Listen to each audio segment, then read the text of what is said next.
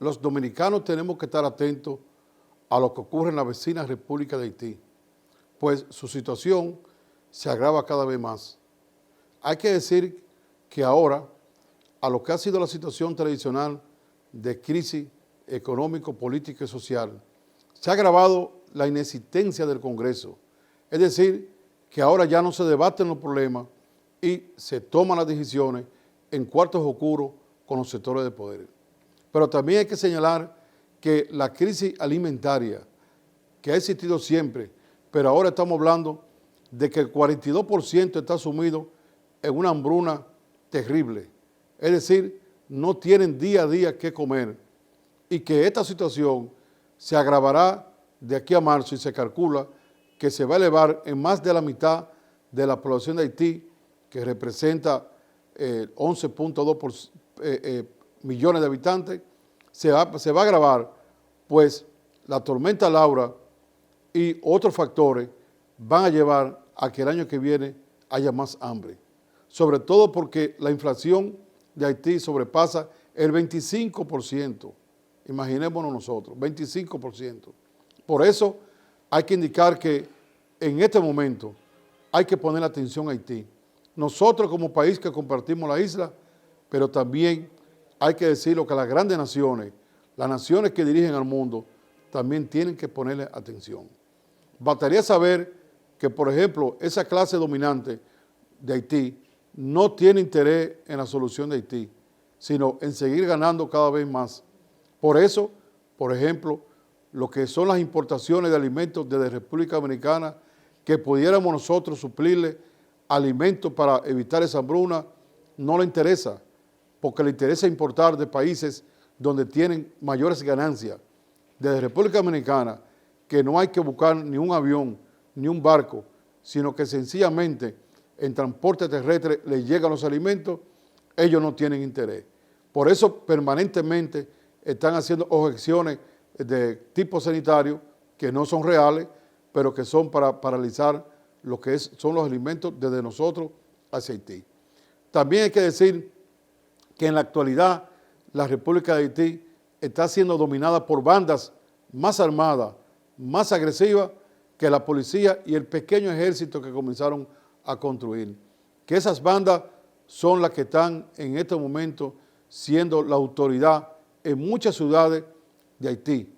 Por eso estamos hablando con un panorama complejo, un panorama sin autoridades en términos general, con un presidente, diría yo, con buena voluntad, pero sin el apoyo económico, social y político que debía tener, sin tener una fuerza armada con fuerza, sin tener ni siquiera los alimentos y no producir la riqueza que necesita Haití, sino con una inflación que sobrepasa el 4%. Por eso nosotros indicamos que en la actualidad las grandes naciones que le han servido de albergue a esa clase dominante, cuya primera vivienda y principal vivienda de ellos están en Francia, Canadá, Estados Unidos y algunos aquí en República Dominicana, que esa clase dominante no se le deje que sigan con lo que es la explotación y misericordia de ese pueblo, que se adopten políticas importantes para sacar a Haití de esa miseria que está. Bastaría saber que en los últimos 6 gobiernos, de 2008 a la fecha, pasando por lo que fue el terremoto, han gastado miles y miles de millones de dólares y no hay satisfacción ni del pueblo ni de quienes entregaron ese dinero, pues lo han gastado para los beneficios de esos grupos económicos vinculados a grupos económicos de otras naciones. De ahí que mi propuesta, la propuesta de desafío, es que esas naciones grandes, Estados Unidos, Canadá, los países europeos encabezados por Francia, adopten primero lo que es la seguridad ciudadana en Haití, no el estilo de la minutá, que llegó y puso cierta seguridad, solo una parte de la seguridad, y cuando salió todo volvió a lo de antes, porque no crearon el ambiente para una policía, un ejército con fuerza en Haití, sino una seguridad que ahora debe llegar para controlar totalmente Haití, ir creando la base para una seguridad propia haitiana para el futuro y que una vez teniendo nosotros la seguridad en Haití, entonces esas grandes naciones dispongan que grandes empresas de las que ellos tienen, que se alimentan con productos de zona franca, vayan a Haití, para producir la riqueza necesaria para que los haitianos tengan su alimentación, su medicamento y la educación ya a mano con sus propios esfuerzos. Esa zona franca, instalarla para las personas mayores de 25 años, que serían entrenadas al estilo Infotec, mientras que los de menos de 25 años, entonces entrarlo en una educación mucho más formal, una educación profesional, una educación para graduarse ya más amplia. Sabemos que los haitianos tienen escuelas muy avanzadas, pero eso es solo para el grupúsculo que gobierna. El grupúsculo que gobierna tiene hijos que aprenden 3 idiomas, buenas profesiones, vienen aquí a estudiar, van a Estados Unidos, pero estamos hablando que eso es el 1 o el 2%. Se necesita masificar, que todo el joven que quiera ser médico, ingeniero, contable, cualquier profesión, pueda tener la posibilidad de estudiar. Por eso, nuestra propuesta es generar riqueza para que mejore la población de Haití y que esas riquezas que se creen con las personas ya de mayor edad, formadas en cursos técnicos vocacionales, y que entonces se comience a trabajar en una población que en 15 años ya Haití tenga una población diferente a la de hoy, una población que sea distinta a la de hoy, porque hay que decir que en el día de hoy la mayoría de los haitianos ni siquiera están declarados legalmente y que eso ha impedido el proceso que tenía la República Dominicana de reconocer a los haitianos en el país, pues el que no tiene acta de nacimiento no tiene derecho ni a seguridad social, ni a derechos laborales, a nada. Haití tiene que entrar en un proceso ya distinto, acorde con estos años, de manera que estemos como dominicanos atentos a lo que ocurre en Haití. Hoy tenemos grandes problemas en Haití de orden de seguridad. Las bandas están dominando Haití. La miseria, el hambre está dominando Haití. Y no hay un gobierno completo, un Estado como tiene que haber. Haití en este momento es explosivo y República Dominicana, nuestras autoridades, nuestras entidades de la sociedad civil, la población haitiana, la frontera, tiene que estar atento a esa situación penosa, explosiva que tiene la República de Haití.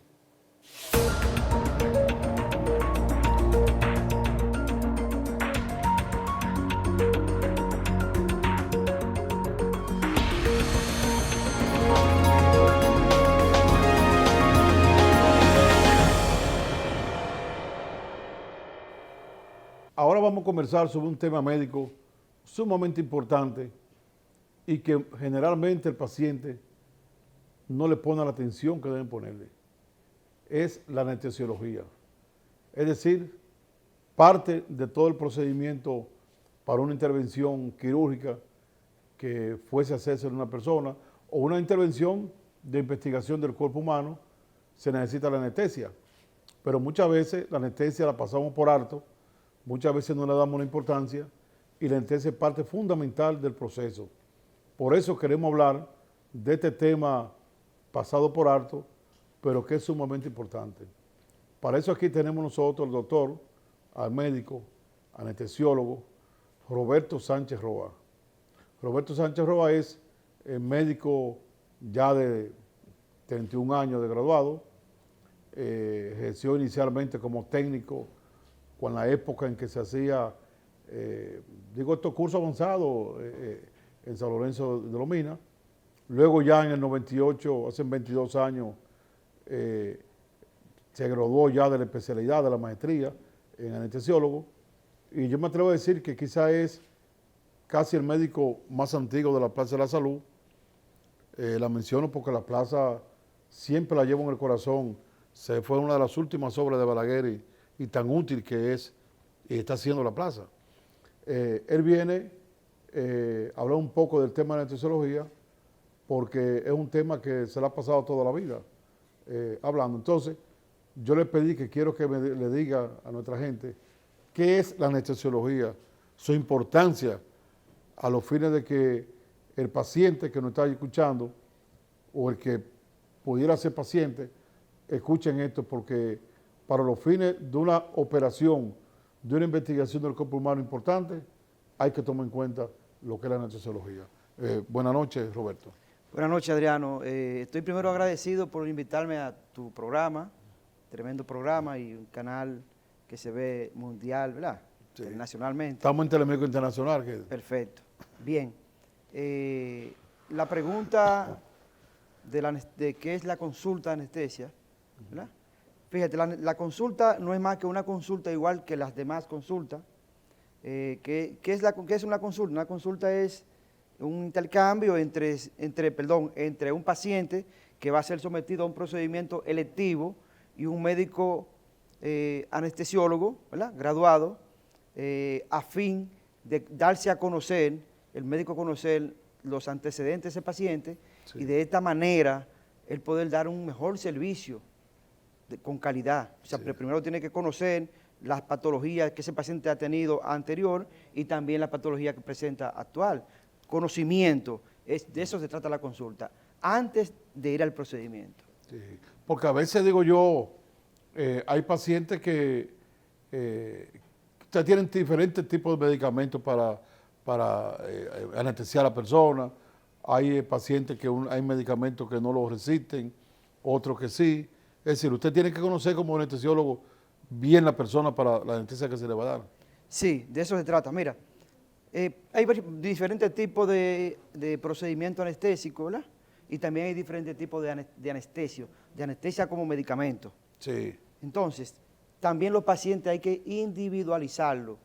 Cada paciente tiene su patología, aparte de la que la van a operar, ¿verdad? Tiene otra, sí, enfermedad que puede ser diabético, puede ser hipertenso, diferentes enfermedades sobreañadidas a su problema por lo cual vamos a operar. Sí. Por lo cual hay que tener mucho cuidado antes de tú iniciar un procedimiento. Tú decías que hay diferentes tipos de procedimientos de anestesia. ¿Cuáles son los que...? Sí, lo que pasa es que recuerda que existen anestesia general, anestesias regionales, dependiendo del procedimiento que el paciente se la vaya a realizar, entonces se le aplica o no ese tipo de anestesia. ¿Que todas son inyectadas, digo yo, la anestesia? Sí, o sea, recuerda que la inyección, ¿verdad? Como tú dices, o sea, la gente le teme un poco a la inyección. No, puede ser por el suero, digo yo, puede ser directamente. Sí, hay diferentes tipos de procedimientos, dependiendo, vuelvo y te repito. Hay inyectadas, como tú dices, que son generales, sí, sí. Hay también inhalatorias, que son también generales, y hay regionales, como son las que van en la espalda. El paciente, dependiendo del procedimiento que se le vaya a realizar, sí, y dependiendo de la patología que ese paciente presente, de eso va a depender el procedimiento que tú vayas a aplicarle. ¿Y son obligatorias la anestesia? Un médico no puede hacer su operación o la investigación que a veces hace, como lo hace el doctor general Pérez Méndez, que por ejemplo, obligatoriamente hay que anestesiar al paciente. Lo que pasa es lo siguiente, que el dolor es tan fuerte para un procedimiento, ¿verdad? Sí. Sin anestesia, vamos a llamar, que no lo resiste el paciente. La anestesia es una parte fundamental en lo que es los procedimientos quirúrgicos. Sí. O sea, es fundamental.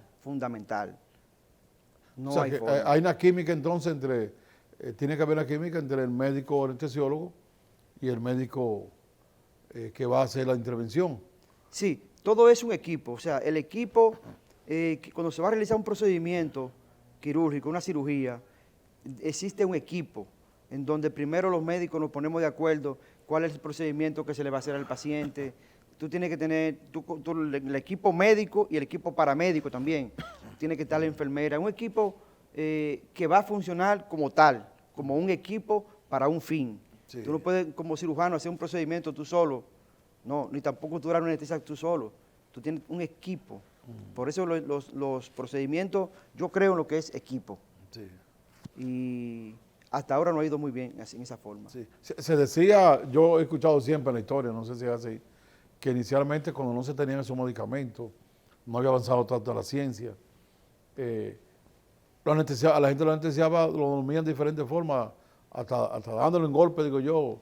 Se dice eso de que se inició en aquellos años remotos de la antigüedad. Sí, la anestesia es una rama sumamente joven, reciente, pero los avances en los últimos 20 años, por ponerte un ejemplo, con descubrimiento de nuevos medicamentos, ha hecho que la cirugía haya tenido mayores auge y mayor también mayor avance en la, yo digo, en la longevidad. O sea, Sí. antes tú encontrabas que un paciente podía fallecer porque no habían los medicamentos necesarios. De hecho, todavía en alguna parte del país no creo que lleguen, pero en hospitales importantes del país, sí, ya esos medicamentos están. ¿Entiendes? Lo que yo te quise decir al principio es que dependiendo de la dolencia que pueda tener el paciente, es decir, tiene esos problemas por los cuales lo van a intervenir, Sí. pero puede sufrir de azúcar, como dicen, ser hipertenso ya fuerte. Ustedes tienen entonces medicamentos diferentes dependiendo del tipo de paciente. Perfecto. Mira, dependiendo, por eso la consulta de anestesia es tan importante, porque dependiendo de la patología, de las enfermedades que el paciente presente, ¿verdad? Sí. Y también dependiendo del procedimiento que se le vaya a realizar, también va entonces a depender el tipo de anestesia que tú le vas a aplicar a ese paciente. Si es un paciente que es cardiópata, hipertenso, perdón, cardiópata, diabético, asmático, dependiendo de todo eso, hay medicamentos que tú puedes usar o no puedes usar. Entonces, también depende del procedimiento que se vaya a realizar. Lo que quiero decirte que sí, eso depende de la patología que tenga el paciente. Sí, porque muchas veces ustedes le hacen estudios, digo yo, el anestesiólogo, el cirujano, y hay gente de avanzada edad o enfermedades muy crónicas que usted dice, bueno, vale la pena, es mejor no hacerle nada porque no lo va a soportar. Explícame un poquito esa parte. Sí, mira qué pasa. La anestesia es una rama que es complicada, ¿verdad? Todas son complicadas, pero una más que otra. Si tú a un paciente añoso le aplicas un medicamento que no debe aplicarle, ¿verdad? O un paciente que tiene, por ponerte un ejemplo, si está tomando una serie de medicamentos que el cardiólogo le indicó que le deprimen el corazón y tú ahora con unas drogas medicamentosas, anestésicas, lo va a deprimir, es mejor tener cuidado con esos medicamentos. Por eso es importante la consulta. ¿Qué está tomando, señor? Yo estoy tomando tal medicamento, entonces yo sé que tal medicamento no puedo darle a ese señor de 85 años porque lo voy a deprimir, Sí. lo voy a matar sin querer. Entonces, por eso es la importancia de la consulta. Entonces, a ese paciente hay que tratarlo con un cuidado O diferente. sea, que la consulta es, diría yo, para ustedes conocer bien al paciente y saber entonces cómo tratar al paciente, y eso que ustedes conocen, también compartirlo, esas informaciones, con el cirujano o el que va a intervenirlo. Sí, de eso se trata la consulta. La consulta se trata de usted conocer al paciente. Conocer al paciente significa saber los antecedentes de ese paciente, Sí. verificar la analítica previa que tiene ese paciente. ¿Qué conclusiones te dio el cardiólogo, el diabetólogo? O sea, tú estudiar al paciente y hacer tu plan de anestesia que le va a dar ese paciente, y ya tú así evitas riesgos, complicaciones y da un mejor servicio al paciente. Con tú conocer al paciente, ya tú tienes ganado un porcentaje alto de dar mejor servicio a ese paciente. Sí, sí. Pues, yo he escuchado, uno siempre está atento y cosas, y pues, en el caso mío, que paro gran tiempo en una provincia que conozco todo, como que ya no se escucha lo que se escuchaba antes, de que el paciente se quedaba se quedó, o sea, como que está habiendo más precisión con la anestesia ahora. Sí, o sea, la anestesia en los últimos 20 años, te dije, hay medicamentos de mayor seguridad, mayor calidad, y te dan un mejor, tú puedes brindar un mejor servicio. Además de que también la preparación médica, los recursos humanos que tenemos ahora están mejor preparados, porque ahora ya casi todos somos anestesiólogos. Sí, O sea, sí. antes recuerda que existían médicos generales con el respeto que se merecen, ¿verdad? Sí. Y los mismos técnicos. Bueno, los técnicos, bueno, tú estudiaste, Bueno, inicialmente tú estudiaste en San Lorenzo de Lomira, que eran técnicos. sí. Sin embargo, después tú logras, esa época yo recuerdo, cuando tú decidiste hacer la maestría, me dije yo, pero ¿y para qué la va a hacer la maestría si él es anestesiólogo? No. Digo, ya hace más de 2 décadas. Sin embargo, en los últimos tiempos, el que no es especialista en el área correspondiente no trabaja en eso. Lo que pasa es, ¿Qué es lo mejor? Recuerda que el servicio que yo daba era un servicio de poca calidad, vamos a llamarle. Resolví el problema, pero no se trata de resolver el problema, se trata de hacer la cosa bien hecha o no hacer nada.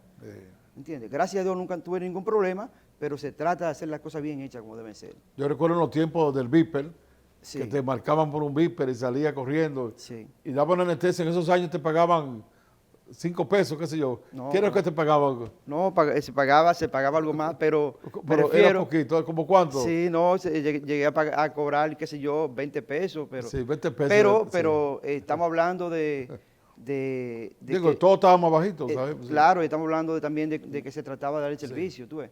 Sí. Pero no se trata de que continuemos así. No, yo sé, Mira, porque los casos ahora que tú traes, los casos que están ustedes, son casos demasiado importantes. Sí, mira, yo quería agregar algo ahí mismo que tú acabas de decir, ya que estamos hablando de eso, y es lo siguiente. La anestesia es un poco complicada y en manos inexpertas es mucho más complicada, ¿verdad? Sí, sí. O sea, eso hay que reconocerlo. Pero el miedo del paciente cuando se va a operar, ¿cuál es el miedo? El miedo es a lo desconocido, el miedo es a que tú no sabes realmente quién es esa persona que te va a dar anestesia. Pero cuando tú consultas al paciente, ya el paciente sabe lo que tú le explicaste, va con más confianza. Pero sobre todo yo como profesional también me preparo para ese paciente. Hay algunos pacientes que hay que prepararse uno mejor que otro. Entonces, prepararse me refiero a tener el equipo necesario para trabajar con ese paciente. Y sobre todo, también la calidad humana del personal con que va a trabajar contigo. Vamos a operar un paciente, tú tienes que tener una cantidad de profesionales capacitados para ese paciente y la institución donde tú trabajes también tiene que estar debidamente equipada y eso te va a dar a ti la garantía de un mejor servicio. Ese paciente se complica o hace cualquier evento, porque están descritos los eventos, ¿verdad? Sí. O sea, ningún paciente está exento, pero de eso se trata la consulta. Primero para prever eso y en caso de que ocurra, la institución donde tú estás pueda resolver los problemas en esa institución. Esa es la garantía. Por eso no se le puede tener miedo a la anestesia, sino primero tú tienes que conocer tu anestesiólogo y que ese anestesiólogo te evalúe antes de. Y segundo, una institución que esté preparada tanto con la calidad humana como con la cantidad de equipo necesario. Y eso que tú dijiste ahí tan importante, que el paciente tenga confianza. Al tener confianza el paciente, eso le da también al paciente, diría yo, mayor voluntad de cuerpo y su pensamiento a resistir y a colaborar. El paciente con miedo es un paciente delicado. No es lo mismo cuando tú entras a la sala de cirugía, que el paciente no lo conoce y tampoco ninguno de los dos se conocen, son desconocidos. El miedo de ese paciente es terrible eso. Ahora, cuando el paciente 8 días anterior, tú te sentaste con él, hablaste con él, le explicaste lo que le va a hacer, hasta la técnica de anestesia que le va a dar, y hicieron cierta empatía, y le explicaste todo cómo va a ser, todo con lujo de detalle. Cuando ese paciente te ve en la sala de cirugía, ve el amigo. Acaba de ver como si fuera un hermano. Y dice, wow, me siento bien, porque ese fue el Señor que hace 8 días me explicó y yo sé lo que Él me va a hacer. No es lo mismo. Por eso nosotros estamos promocionando lo que es la consulta de anestesia en todo el territorio nacional. Mira, yo he visto también, lo he visto en ti, de que le da la anestesia, se hace la intervención y me doy cuenta que no te va hasta que el paciente no haya resucitado, hasta que no esté bien. O sea, que no lo deja anestesiado, sino te queda con él y está ahí, hasta que ves que ya... Es que dar anestesia no significa aplicar el medicamento. Dar anestesia significa, oye bien, además de aplicar el medicamento, estar con el paciente hasta que ese medicamento que usted administró se metabolice, el organismo ya lo sintetice y no quede nada. ¿Por qué? Porque tú como especialista sabe cuando un paciente va a hacer cualquier evento y está a un paso adelantado a ese evento para poder resolverlo en ese instante. La anestesia se trata del día, o sea, del minuto a minuto. Por eso usted da una anestesia, no puede irse ni a los pies, ni leer un periódico, chequear el celular. No. Usted está en ese instante. El paciente puede hacer el evento que sea, y si el anestesiólogo está ahí, yo digo el evento, lo que sea, pero me Lo puede, refiero- la mayor parte lo supera. Exactamente. O sea, si usted está ahí, usted sabe qué hacer, si usted está preparado y tiene las herramientas, en ese momento usted resuelve lo que tiene que resolver. Y luego entonces llama al especialista, si es un cardiólogo, es un evento, mientras tanto tú resuelves y llama al especialista, al cardiólogo, que está intermedio en la institución y llega en 15 minutos. Sí. Pero mientras tanto ya tú hiciste lo que tienes que hacer, el paciente Sí, ya sí. tú lo vas a entregar a otro especialista, a la área. Pero se lo va a entregar ya. Pero diferente. no, Sí, pero si tú asististe te al fuiste, paciente. si Pero te tú fuiste no para tu estás- casa o para otro lugar, Exactamente. Sí. Entonces, ese también es un punto que estamos trabajando y que ya la conciencia de todos los dominicanos, anestesiólogos, está presente. mira, por último, yo siempre he escuchado que la mejor anestesia, que entre una buena anestesia y la muerte hay una sola línea. Y que la mejor anestesia es, suponte tú que esa sea la vida y de ahí para arriba es la anestesia. Esa es la muerte. Que mientras más cerca está la anestesia de esa línea que separa entre la anestesia y la muerte, mientras más cerca, mejor es la anestesia. Lo que pasa es lo siguiente, Ariano, si tú eres anestesiólogo, ¿verdad? Tú tienes que dar anestesia de calidad. Tú no puedes dar anestesia a media. A media me refiero a que el paciente se está quejando. Fueron 2 horas de cirugía y 2 horas de sacrificio para ese señor que estuvo ahí. Yo me pongo en el lugar de ese paciente. Y ese anestesiólogo yo no lo quiero para nada. Ahora, tú tienes que dar también una anestesia de Sin forma riesgo. y también hasta para el cirujano trabajar, a veces puede cometer error porque tú das una mala anestesia. Entonces, si tú eres anestesiólogo, tú tienes que dar una buena anestesia de calidad. Una anestesia de calidad es una anestesia que el paciente no siente nada de lo que le están haciendo, pero que tú eres responsable y capaz de revertir los efectos de ese medicamento. Los medicamentos anestésicos son sumamente complicados, ¿verdad? Peligrosos, pero en manos expertas, ahorita repito, no son peligrosos. Entonces, una buena anestesia, lo que es una buena anestesia y la muerte, hay una línea muy delgada que la divide.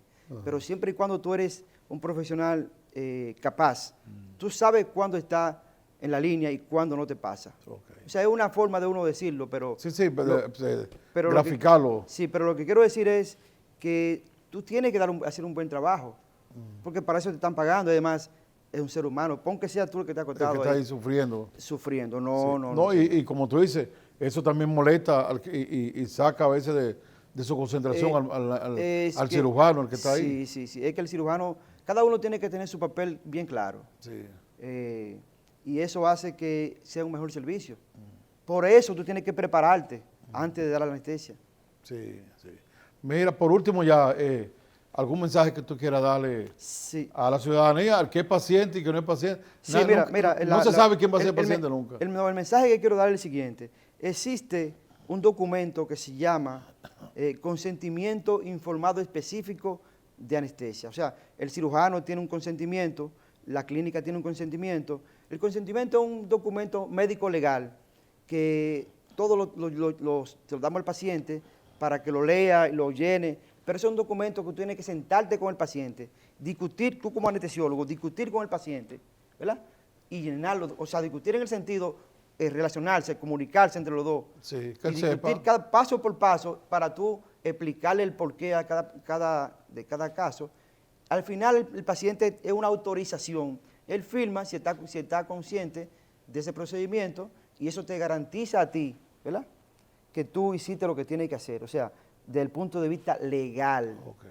Eso se llama consentimiento informado específico. O sea, que hay casos que si después de consultar al paciente ven que un riesgo, ustedes mismos dicen que no se puede hacer la operación. Lo que pasa es que ese documento también dice los riesgos a que está sometido el paciente y tú solo lees y tú le explicas, mira, usted le puede pasar esto, le puede pasar lo otro, pero en esta institución tenemos personal capacitado, tenemos el equipo, tenemos... O usted no puede hacerse eso por esto. Ahora bien, se supone que el paciente, tú tienes que explicarle lo que le puede pasar y él, en buena lid, él va a decir, sí, ¿es que me va a pasar eso? No. Son de las cosas que te pueden pasar, ¿verdad? No es que te va a pasar. Son de las cosas que te pueden pasar, pero tú tienes que, para descargar eso, tienes que estar consciente de que eso puede pasar.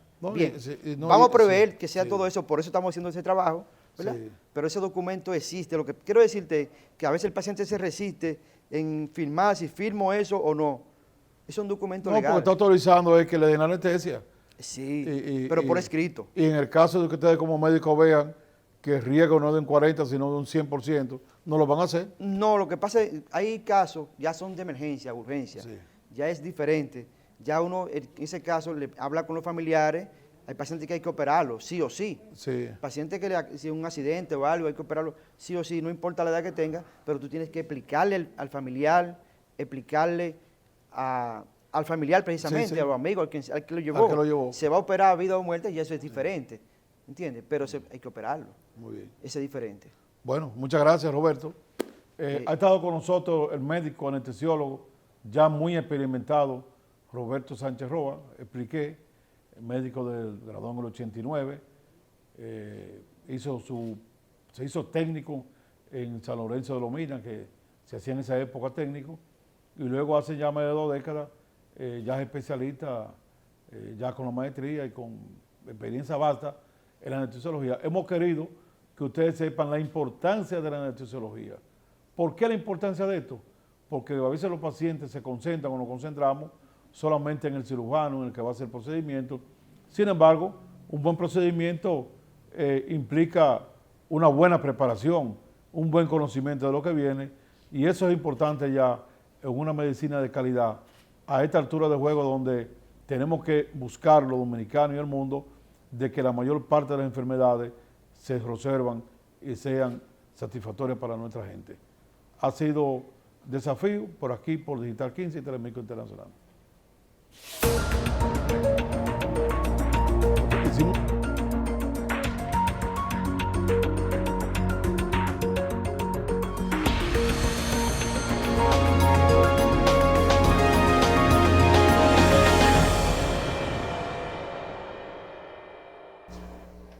Aquí seguimos en su programa Desafío.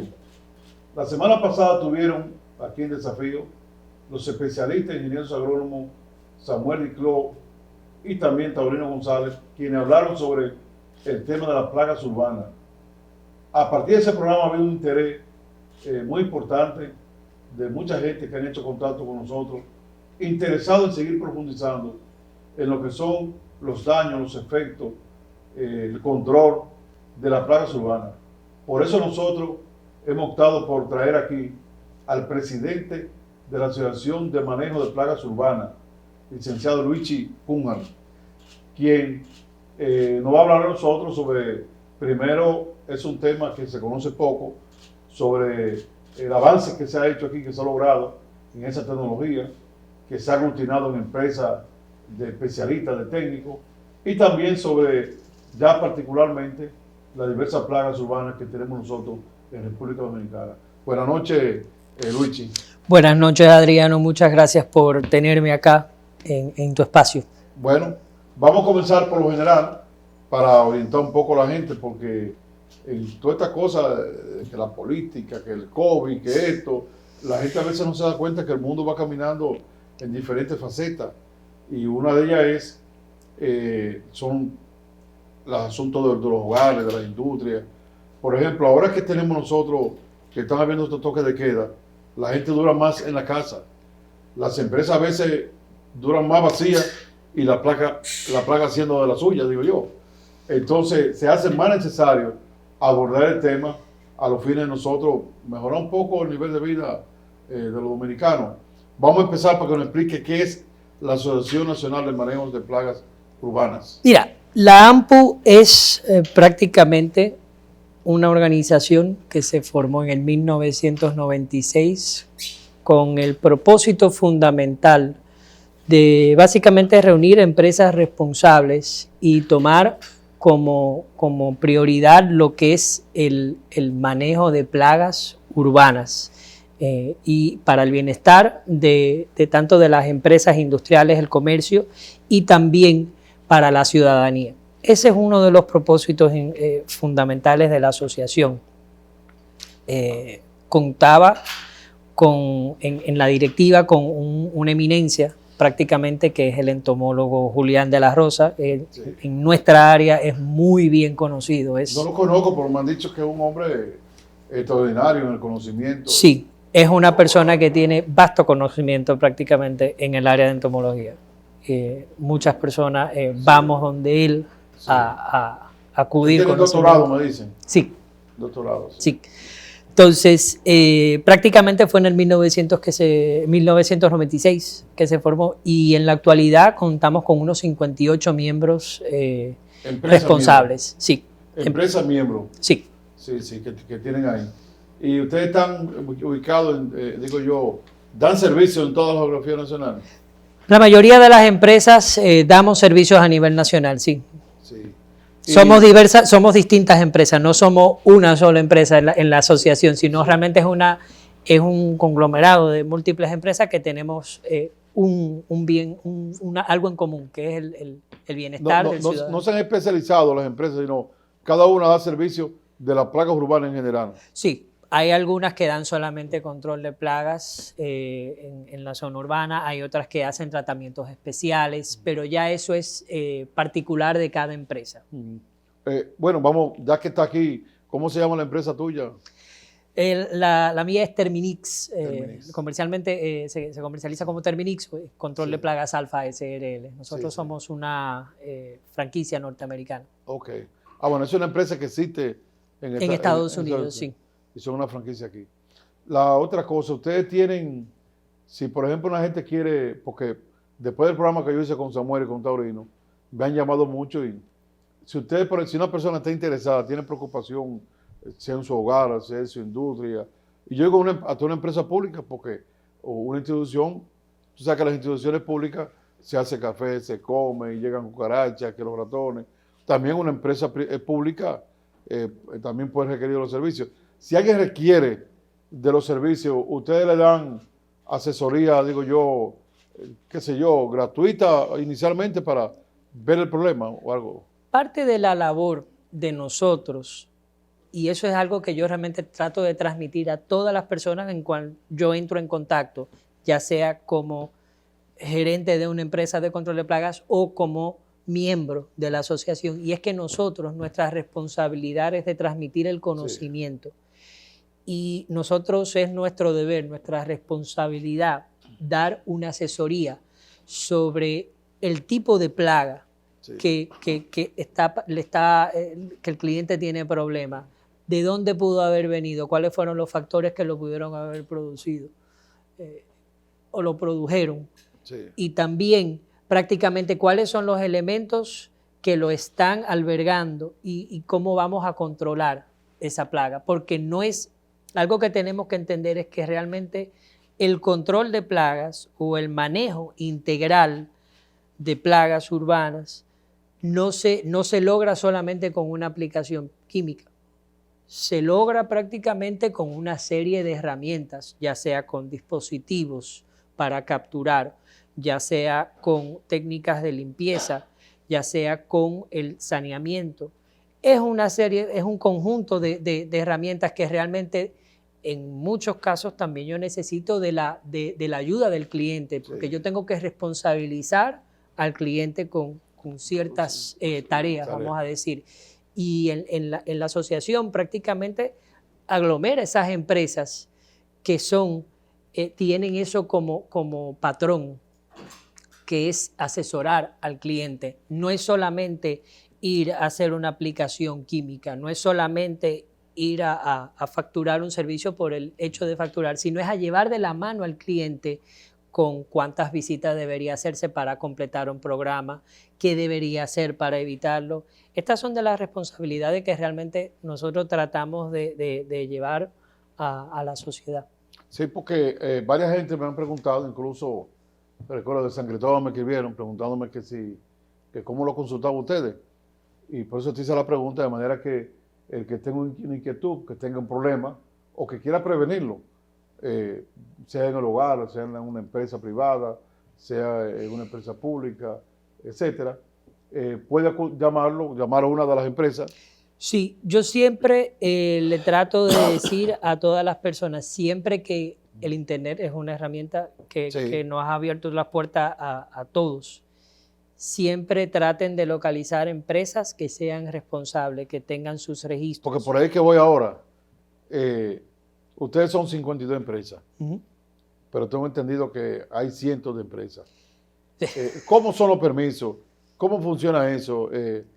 ¿Cuáles son las instituciones del Estado en el cual hay responsabilidad de conseguir permiso con ellas? Para que nos explique un poquito. Mira, básicamente, como empresa de control de plagas, tú tienes que pasar por tu proceso de registro comercial, sí, pero también tú necesitas una serie de permisos que son prácticamente el del Ministerio de Agricultura, sí, que te registra como fumigadora, que sí, es un término que... Es como fumigadora.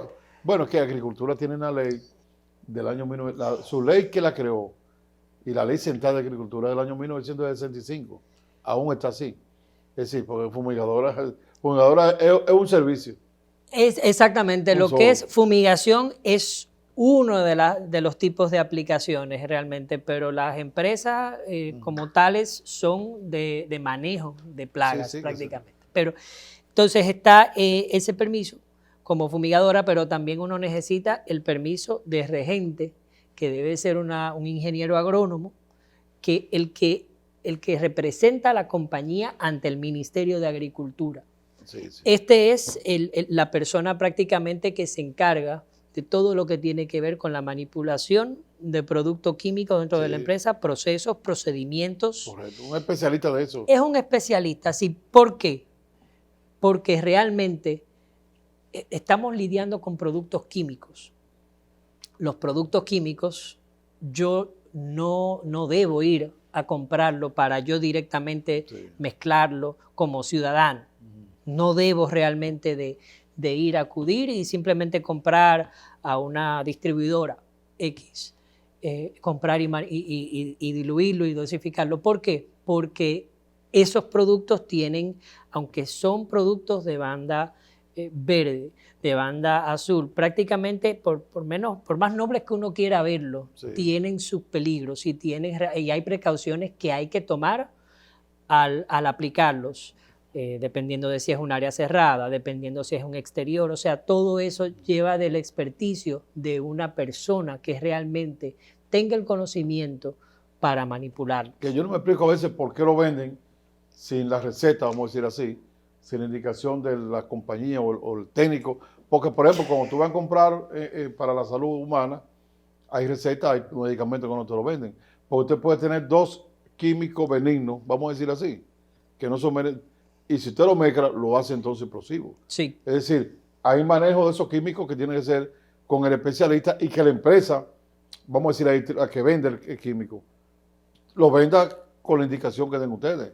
Realmente de que es una actividad que se hace en el día a día, sí, pero hay una ley que realmente prohíbe esto. Hay una ley que lo prohíbe. Sí, la ley 322/88 indica que prácticamente los productos químicos que tengan cierto nivel de peligrosidad, sí, deben ser vendidos bajo una receta autorizada por el Ministerio de Agricultura, sí, para estos fines. Y es lógico. ¿Por qué? Porque como tú mismo mencionaste, Adriano, tú no puedes ir a buscar un medicamento que tú no sepas manipular, que no haya sido, que un médico no te haya instruido de cómo tomar, sí, ni cada qué tiempo tomar. Es muy similar a eso. Sí. O sea, nosotros tenemos que entender que con un producto que en muchas ocasiones no está diluido, está concentrado, que algunas veces cuando uno abre el frasco uno tiene que mantener cierta distancia por los vapores que puedan emanar. Sí, sí. O sea, estas son cosas que realmente un especialista dentro de la empresa que está encargado de esto y de entrenar al personal también tiene conocimiento de. Y por eso es que realmente eso de uno ir a comprar un producto químico X para, mira, yo tengo este problema, así toma esto. No debe ser así. De lo que me llamaron ahora, y por lo que yo te invité también, fue exactamente preocupado porque vieron el programa de los miembros de la asociación y se preocuparon y con quién hablo yo. Le digo, bueno, yo te recomiendo que hables con las empresas legalizadas, sí, para no ponerlo así, y entonces, y que si yo llamo, entonces si me cobran, digo, no, tú lo consultas, ellos te van a dar la consulta gratis. Si tú quieres, entra, porque hay un elemento que hay que aclarar. A nivel de salud pública, el Estado da un servicio de salud pública a la población, en hospitales, etcétera. En el caso de esto, que se tratan de empresas privadas, una industria o un hogar ya particular, ya usted tiene que buscar el servicio de alguien que no lo dé el Estado. Y por tanto, las empresas cobran. Ahora, muy bien, como presidente, que tú dices que no es que tú lo llamaste y te van a cobrar. Tú lo llamaste y ellos te van a analizar el problema. Y tú vas a ver el problema que hay y tú sabrás qué hacer. Sí, porque realmente yo no puedo catalogar una oficina comercial en un edificio como una planta de alimentos. Sí. Son dos situaciones diferentes, Sí. son programas diferentes, son frecuencias en cuanto a tiempo diferentes. Sí. Entonces, uno debe de prácticamente como empresa, Sí. y eso lo digo porque todas las empresas asociadas que están bajo la AMPU lo hacen, Sí. visitan a sus clientes, le exponen realmente cuál es la situación que se está dando, le exponen realmente la causa y también le exponen lo que es Sí. la forma de cómo solucionar. Sí, sí. ¿Cuál es el problema que nosotros como gremio, encontramos muy a menudo? Que hay personas que realmente, y empresas, que solamente te hacen un programa y te lo dejan incompleto.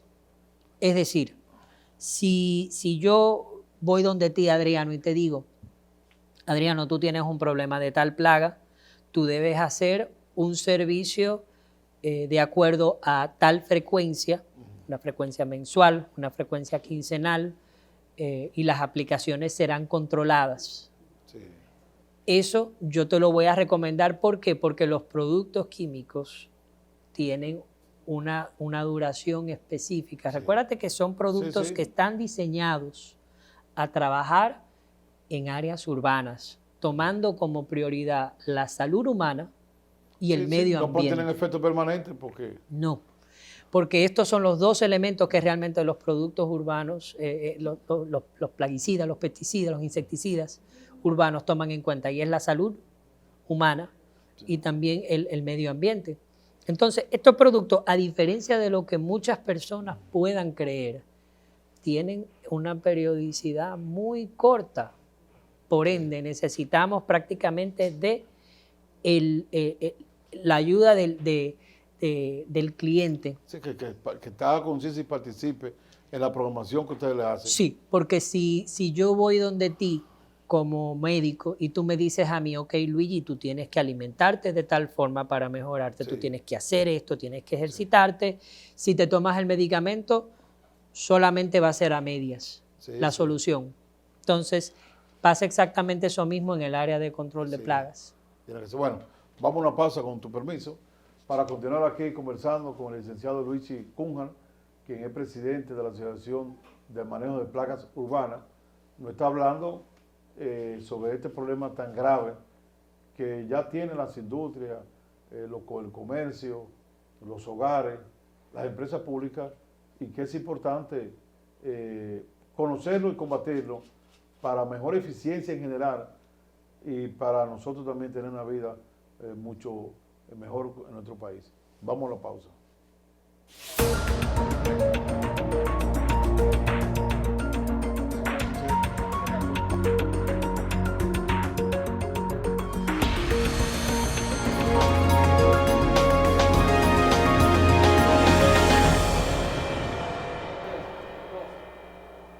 Continuamos aquí en Desafío conversando con el presidente de la Asociación Nacional de Manejo de Plagas Urbanas, el licenciado Luigi Cunha. Bueno, una cosa importante, porque a veces uno nada más conoce a media las plagas que le hacen daño, hasta aún teniéndola ahí. ¿Cuáles son las plagas más dañinas en República Dominicana? Mira, te puedo decir que en base a mi experiencia, plagas dañinas como tal, económicamente tú tienes el comején o la carcoma, Sí. que son aquellas plagas que prácticamente te llevan a hacer una inversión económica en un tipo de tratamiento. Luego tú tienes también los roedores, que para muchos comerciantes esto es un dolor de cabeza porque realmente le generan daños en cableados eléctricos, en alimentos, etcétera, etcétera, etcétera. Pero por otro lado tú tienes lo que es la cucaracha, que no te hace un daño económico como tal, pero sí te, directo, pero sí te puede generar una sensación de asco. En un local comercial te puede realmente, si tú ves una cucaracha, lo que hace es que no vuelve, entonces sí te genera prácticamente un daño económico. Y estas son prácticamente las plagas que mayormente uno trata de... Y el mosquito, diría yo. El mosquito, a veces, el mosquito es molestoso. Y te puede transmitir un dengue, qué sé yo. Dengue, chikungunya. Prácticamente estos son plagas que tú tienes constantemente durante todo el año. Hay factores que sí te lo pueden potencializar. Por ejemplo, en el caso del mosquito, la temporada de lluvias o una lluvia te puede aumentar la población que tú notes en el entorno. O un tanque de agua que tenga atrás.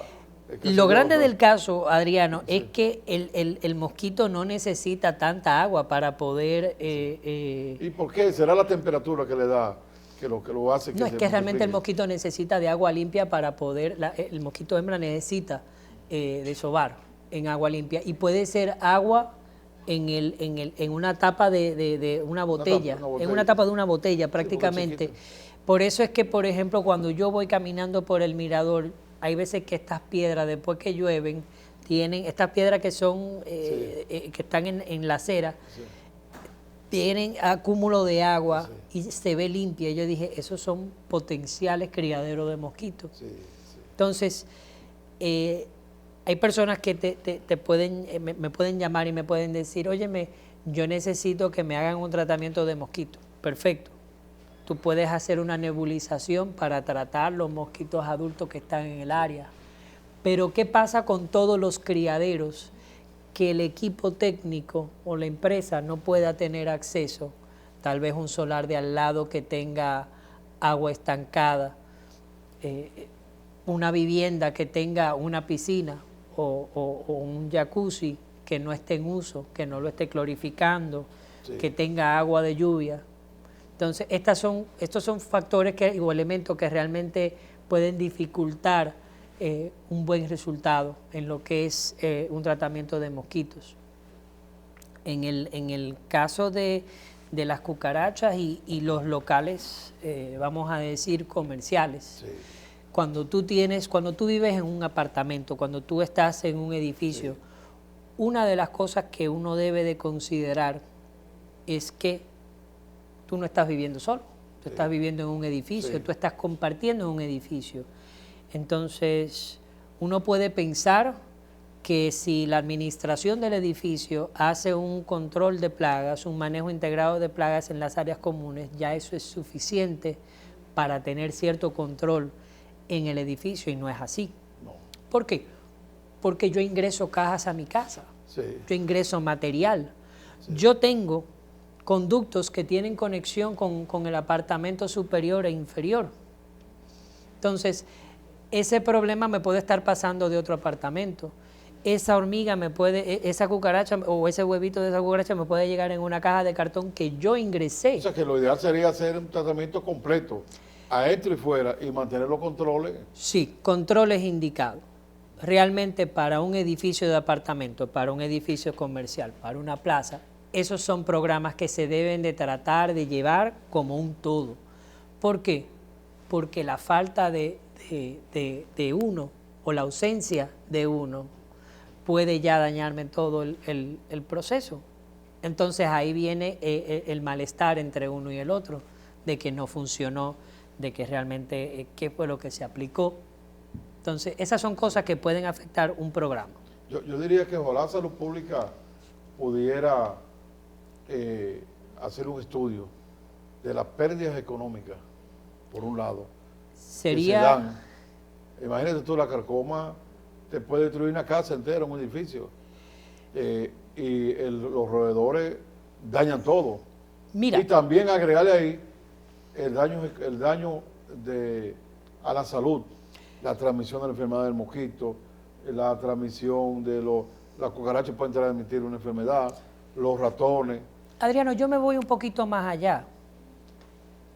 Nosotros realmente lo que queremos de las autoridades competentes, por ejemplo, en el caso del Ministerio de Agricultura, es que se establezca realmente, se aplique las normas y las leyes, y que en ese caso, para uno poder realmente tener una empresa de control de plagas, tenga su debida formación.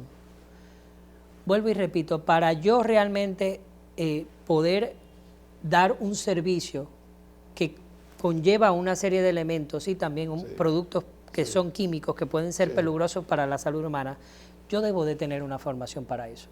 Yo debo de tener un entrenamiento constante, porque vuelvo y me voy al sector salud. Los médicos se entrenan constantemente.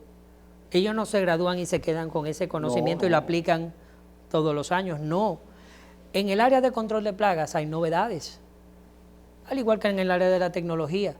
Hay productos que van sustituyendo a otros, hay ingredientes activos que salen, y hay mitos que también nosotros tenemos que realmente tratar de enfrentar. Hay personas que piensan prácticamente que la rotación de un producto es el cambio de un producto nuevo a otro nuevo, a otro nuevo, y no es así. La rotación de un producto puede ser la de 3 ingredientes activos, que uno va cambiando en el año por esos mismos 3, pero hay gente que piensa que es por uno nuevo y uno nuevo, y es que tampoco no hay tanta variedad. De químicos. Exactamente. Ve acá, y si, como se habla de que usted tiene 52 empresas ya organizadas, pero existen otras decenas y decenas que ejercen sin tener quizá el permiso ni de agricultura o de salud pública, ni del medio ambiente, y también el Ministerio de Trabajo. ¿Ustedes como asociación estarían interesados en hacer un llamado para que ellas vengan y se fortalezcan más y que participen todas, pero bajo la norma y la legalidad? Porque la legalidad lo que les permite es coger la norma de la ley, coger los reglamentos. Para eso realmente nosotros necesitamos prácticamente de la ayuda del Estado, y que sea el ejemplo realmente de que si yo voy a contratar una empresa, esa empresa debe de tener tal registro y tal registro, lo que indica la ley. Es prácticamente, lo que yo estoy diciendo es solamente que se aplique lo que está en la ley. Y a las empresas que no tienen conocimiento de que si hay una asociación que aglomera nuestro gremio, sí la hay. Entonces, pueden acercarse a nosotros, pueden solicitar información, nosotros le vamos a decir prácticamente qué es lo que deben hacer para estar debidamente registrados. ¿Por qué? Porque una mala acción de una empresa que no esté registrada es aquella que no hace daño a todos como colectivo. Sí, bueno, el llamado está hecho. Yo pienso, le decía en el programa semana pasada, de que nombraron una nueva directora que yo conozco bastante en sanidad vegetal, que la ingeniera agrónomo Rosa La Sala, que ella la conozco bien porque ella es de la dirigente de los gremios agropecuarios, y ahí hemos tenido relaciones, yo vengo de ahí también, y pienso que pudiéramos con ella arrancar de ahí, porque el Estado debe prohibirle al que va a hacer servicio que no busquen a gente que no tenga todo lo que dice el Estado mismo. Así es. Que una gente que no sepa de algo aplique ese químico. Entonces yo me atrevo a decir de que quizás podían arrancar con ella y tratar de que sea, estamos hablando nosotros, de que lo que se está buscando es que todo el que manipule, vamos a decir así, un químico, tenga el entrenamiento para eso. Sí, así es. Tenga la capacidad para eso. Pero no que él diga que la tenga, sino que el Estado lo diga sí. Porque el permiso que da el Estado para el Estado decirle sí, es verdad, usted tiene eso. Porque yo puedo decir que soy lo que sea. Y no pero eso hay que también regularlo constantemente. Y también, porque tanto eso es así, que cuando tú, en el caso mío que soy agrónomo, los químicos, los agroquímicos, los pesticidas que se aplicaban hace 20 años, hoy no son lo mismo. Esto yo tengo que entrenarme lo que viene. Bueno, pues muchas gracias al presidente de la Asociación Nacional de Manejo de Plagas Urbanas, licenciado Luigi Cunha, quien ha venido en representación de la asociación de las 52 empresas y de la del mismo, a decirnos nosotros de la importancia capital que tiene conocer, manejar, controlar las plagas urbanas. Ellos como empresa están dispuestos a dar servicio de asesoría gratuita y el servicio también, si ya alguien quiere ya un servicio particular pagado, pues lo harían, pero están abiertos a orientar.